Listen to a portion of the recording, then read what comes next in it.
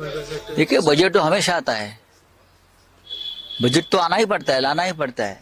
जब बजट आने का प्रोसेस शुरू होता है तो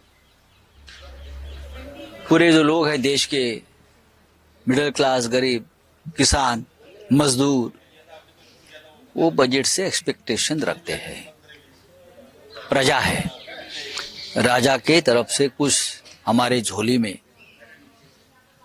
मिलेगा गिरेगा, लेकिन ऐसा नहीं होता है। 10 साल में देखता हूं बजट जो है वो व्यापारी, उद्योगपति, धनिक, इनके लिए बन रहा है और गरीबों के लिए सिर्फ बजट में घोषणाएं होती है।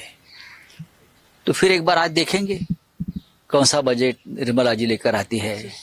सुनेत्रा पवार ने पहली बार किसी महिला देखिए, मुख्यमंत्री पद महिला या पुरुष नहीं होना चाहिए। उप मुख्यमंत्री पद के लिए सुनेत्रा जी का चयन हुआ है, शपथ ली है। प्रधानमंत्री जी ने भी उनको शुभकामनाएं दी है, अच्छी बात है। अब तक प्रधानमंत्री जी हो या हमारे गृह मंत्री जी, परिवारवाद, घरानेशाही, ऐसी बड़ी बड़ी बातें करते थे। उसका परिवारवाद, गांधी परिवारवाद, ठाकरे का परिवारवाद। तो कल अच्छा हो गया, उनको इस आरोप से मुक्ति मिल गई, मोक्ष मिल गया।